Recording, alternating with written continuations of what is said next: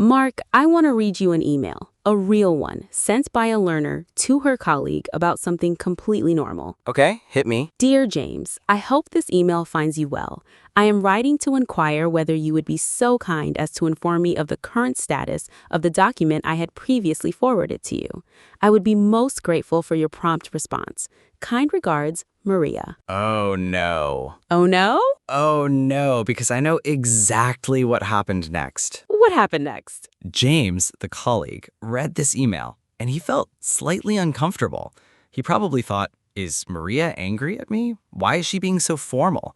Did I do something wrong? Yes, that is exactly what happened. James actually went to a different colleague and asked, "Is Maria okay? Did I offend her somehow?" Of course he did, because Maria's email read like a legal document, and her actual question was completely normal. She just wanted to know, hey, did you have a chance to look at that doc yet? And the cruelest part is, Maria thought she was being respectful, professional, polite. She thought she was doing English right. She thought formal equals professional, and so the more important the email felt, the more formal she made it, until it sounded like a 19th century lawyer was writing to her colleague. And the colleague experienced it as distant, cold, even slightly hostile. Because in real English, in real workplaces, in real relationships, that level of formality is not a sign of respect. It's a sign of distance and sometimes a sign of anger. And here is what almost no B2 or C1 learner is ever taught. There is a huge gap between the English you were taught in textbooks and the English that actual native speakers use in real workplaces, real friendships, real conversations. Textbook English is correct, but it is rarely appropriate, and appropriateness, not correctness, is what makes people comfortable with you. And today, we are going to fix this because it is one of the most invisible problems holding learners back at work, in friendships, in dating, in any kind of real relationship in English. Welcome to Side by Side English Podcasts. I'm Sophie. I'm Mark. Today's episode is for the B2 or C1 learner who has been taught to be polite, to be careful, to be formal, and who is now sounding accidentally like a textbook from 1955, making colleagues uncomfortable, creating distance with new friends, and wondering why people in English don't seem to warm up to them. And the fix is not about becoming less polite. It is about understanding what real politeness actually sounds like in modern English, which is almost never what your textbook taught you. Stay with us. We have the politeness paradox explained, a full side-by-side comparison of textbook English versus relationship English, 5 common situations translated from formal to natural, a role play showing the same conversation in both styles, the most common over-formal habits learners fall into, and a word tour with 6 powerful B2 to C1 words. Quick question for the comments before we begin. Have you ever felt that people in English are slightly distant or cold with you, or that something feels off in your interactions? One sentence. We genuinely want to know how widespread this is. Okay, let's talk about politeness. So, Mark, let's start with the central question. Why does too much politeness make people uncomfortable? Because logically, more politeness should equal more comfort. Yes, and this is the politeness paradox, the thing that catches almost every learner off guard. More politeness, beyond a certain level, does not signal more respect. It signals distance. Walk us through that. Okay, so in English, the level of formality you use carries a message. It tells the other person where you stand in the relationship. A very high level of formality says, we are not close. We do not have a personal connection. There's a barrier between us. And in some contexts, this is correct. Writing to a judge, applying for a visa, cold emailing the CEO of a company you don't know. Those are appropriate moments for high formality. Right. But the vast majority of English communication, especially in modern workplaces, friendships, daily life, happens at a much lower formality level, a friendly, warm, casual, professional middle ground. And when a learner uses very formal English in those normal moments, the message it sends is not "I respect you." What does it send? It sends, "I am keeping you at arm's length. We are not close. We will not be close." Even worse, sometimes it sends, "I am upset with you. I am being formal because I am offended," which is the opposite of what the learner meant. The complete opposite. The learner was trying to be respectful. The listener heard, I am cold and distant with you and possibly angry. This is so painful because the learner is doing what feels safe. Formal language feels safe. It feels like you can't get in trouble for being too polite, but you can. You absolutely can. You can get in trouble for being too polite because in modern English, hyper-formality reads as either coldness, anger, or social awkwardness. None of those are what you want. And the second problem is, hyperformality often signals that you don't actually speak English at a native level, because native speakers know how to modulate. They know when to be formal and when to be warm. A learner who is formal in every situation is unintentionally announcing, I don't fully understand the social code here, which is the opposite of what they were going for. They were going for, I am respectful and competent. They achieved, I am uncomfortable and slightly awkward. And so the very formality that was meant to protect their image is ironically damaging it. This is why the politeness paradox is so cruel. The harder you try to be polite in the textbook way, the worse your impression gets. Okay, so let's name the two registers clearly, because once learners can see the contrast, the whole problem becomes obvious. Yes, let's set up the framework. There are two main styles of English we're contrasting today: textbook English and relationship English. Textbook English first. What is it? Textbook English is the formal, careful, correct English that most learners were taught in school. It uses long phrases instead of short ones. It uses sophisticated vocabulary instead of common words. It uses indirect, polite-sounding constructions even in situations that don't require them. I would like to inquire. I would be most grateful. Would you be so kind as to... It sounds like a polite letter from 100 years ago. Exactly, because in many ways it is. The textbooks were often based on older models of formal correspondence, and those models have not been updated to match how modern English actually sounds in 2026. And relationship English is the alternative. Relationship English is the warm, friendly, professional, but human English that actual native speakers use in normal workplaces, normal friendships, and normal life.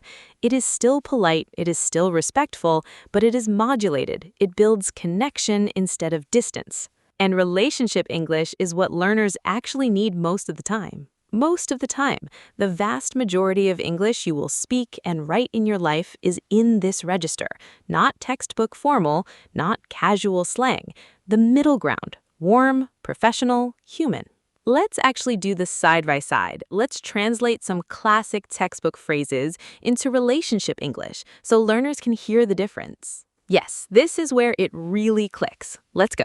Pair 1, textbook English. I would like to inquire about the status of the project. Relationship English, hey, how's the project coming along? Or, quick check, where are we with the project? Pair 2, textbook English, I am writing to express my interest in the position. Relationship English, I'd love to throw my hat in the ring for this role. Or, I'm really interested in the position and wanted to reach out. Pair 3, textbook English, would you be so kind as to send me the document? Relationship English, could you send me the doc when you get a chance? Or just, mind sending that over? Pair 4, textbook English, I regret to inform you that I will be unable to attend.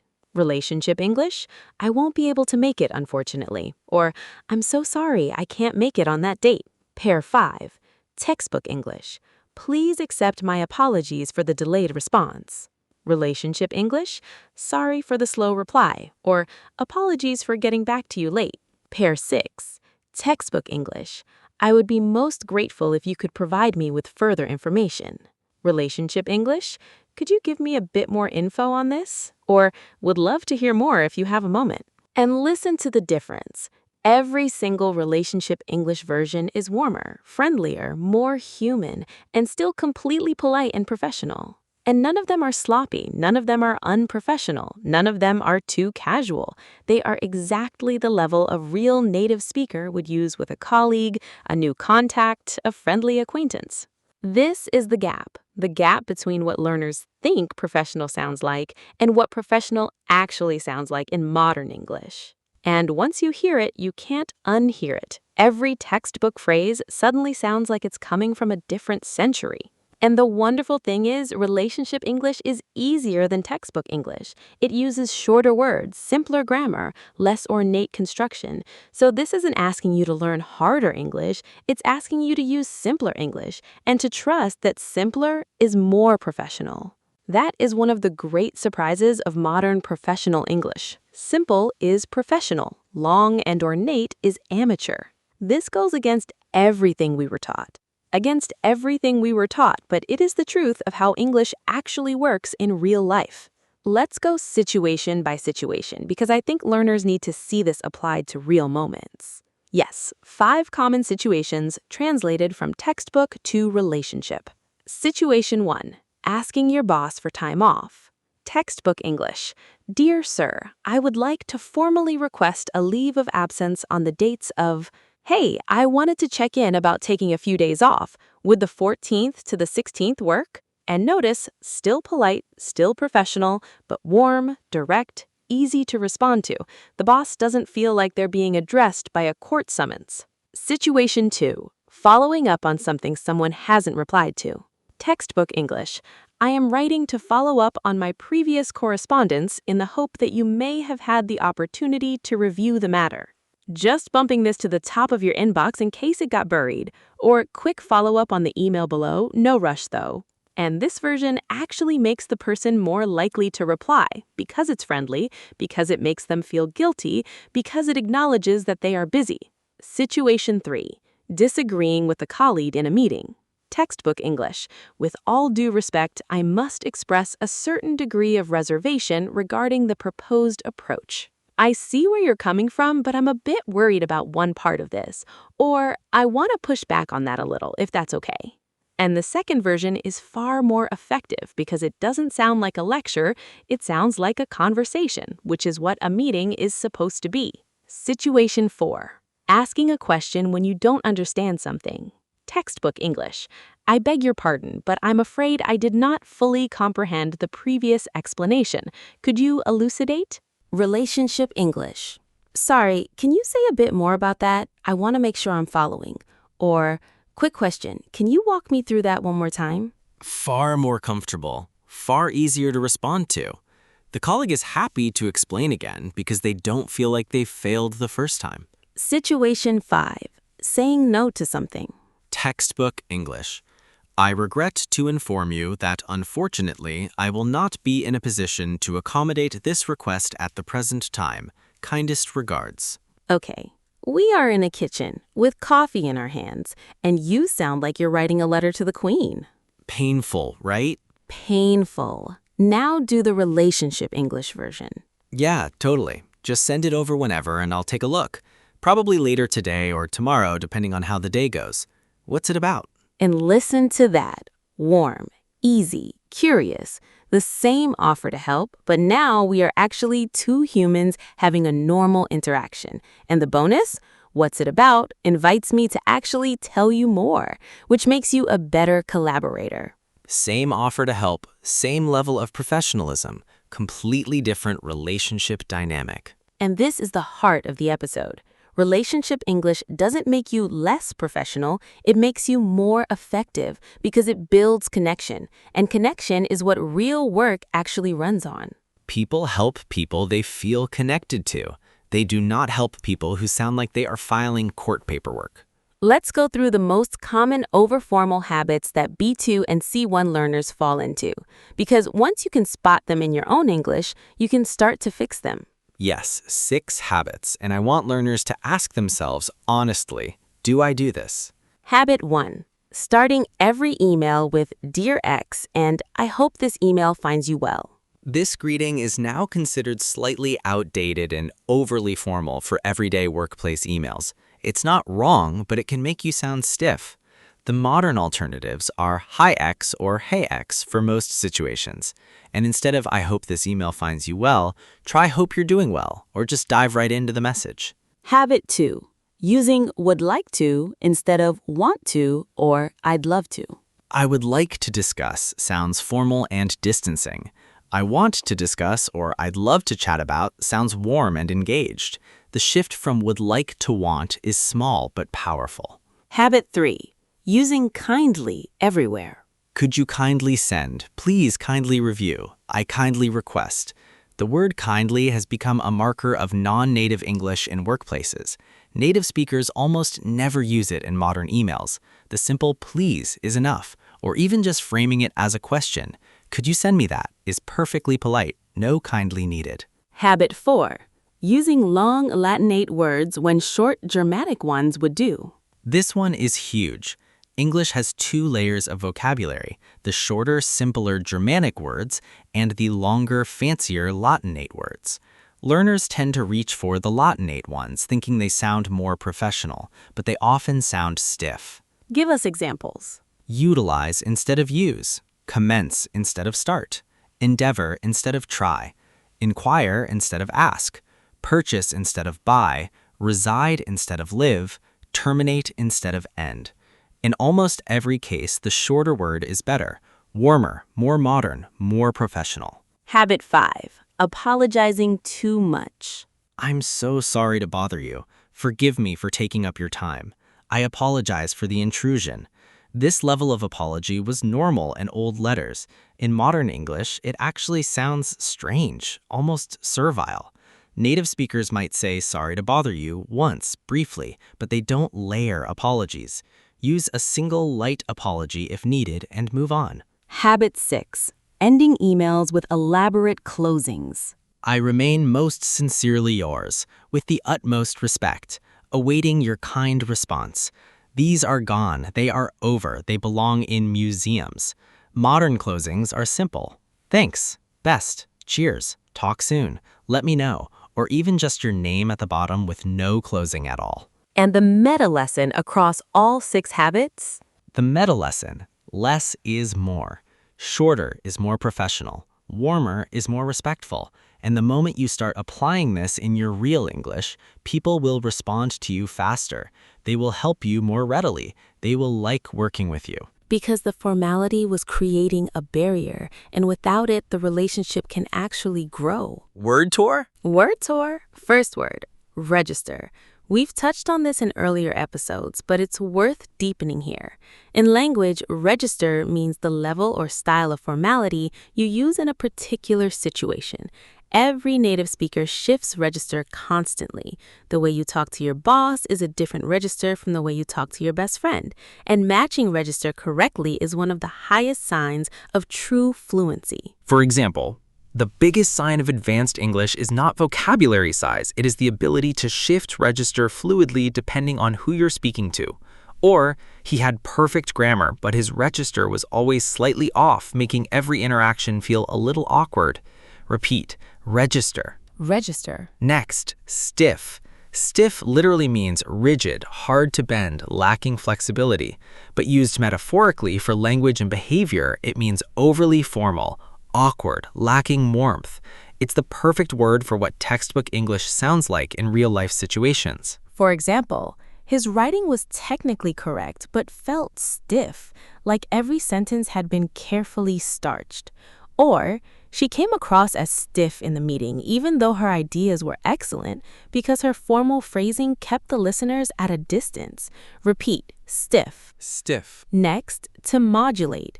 To modulate something means to adjust it, to control it, to shift it carefully depending on the situation.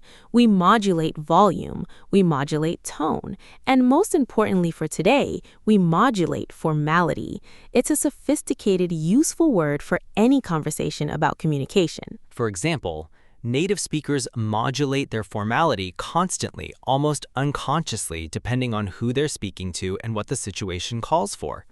Or, she had to learn to modulate her energy in meetings because what worked in casual chats was too much in formal settings. Repeat, modulate. Modulate. Next, approachable. To be approachable means to seem easy to talk to, easy to interact with, welcoming. It's one of the most desirable qualities in modern professional life, and it is something that hyper-formal English directly damages. For example, the whole point of relationship English is to make you sound approachable, even in professional situations. Or, he had a reputation for being intimidating in meetings, but in person, he was surprisingly approachable. Repeat, approachable. Approachable. Next, ornate. Ornate describes something that is decorated heavily, elaborately, with many details. It is often used for old buildings, old furniture, old letters, and it perfectly describes the kind of textbook English that learners often mistakenly think sounds impressive. For example, her emails were ornate in a way that felt old-fashioned, even though her intentions were warm. Or the hotel lobby was ornate with carvings and chandeliers from another century. Repeat, ornate. Ornate. And finally, to put someone at ease. This is a phrase rather than a single word, but it's so useful for B2 and C1 conversations that it earns its spot. To put someone at ease means to make them feel comfortable, relaxed, safe in your presence. And good relationship English does exactly this. For example, the opening line of a warm, friendly email puts the reader at ease immediately in a way that a formal opening never can. Or, she had a gift for putting people at ease, no matter how high the stakes felt in the room. Repeat, put someone at ease. Put someone at ease. 6 words and phrases today: register, stiff, modulate, approachable, ornate, and put someone at ease. These are exactly the kinds of words that signal a deep, sophisticated understanding of how language and human relationships actually work. And every one of these is something you can start using this week in your own English to describe situations, people, communication. They are alive and useful. Sophie, if there is one thing you want every person watching to take away from this episode, what is it? That politeness is not formality. Real politeness in modern English is warmth. It is making the other person feel comfortable. It is meeting them where they are. It is sounding like a human being who actually wants to connect, not a document trying to compel a response. And the formal English you were taught, the textbook English, was never wrong. It was just for a different context. A formal letter to a government office, an academic paper, a legal document. And the moment you carry that style into normal conversations, normal emails, normal workplaces, it stops being polite and starts being a barrier. Right. The problem isn't that you were taught the wrong English. The problem is that nobody told you when to use it, and so you used it everywhere, including in places where it created the opposite of the impression you wanted. And once you understand the two registers, once you can see textbook English and relationship English as two different tools for two different jobs, your entire English presence shifts. You become warmer, more approachable, more likable, more effective. And it doesn't take new vocabulary. It doesn't take harder grammar. It just takes a shift in style, a shift in register, a willingness to be a little less formal and a lot more human. Small challenge before we go. For the next 7 days, look at your English emails before you send them. Just look and ask yourself, is this textbook English or relationship English? And if it's textbook, rewrite it. Shorten the sentences. Drop the kindly. Swap the long Latinate words for short ones. Change I would like to I want to.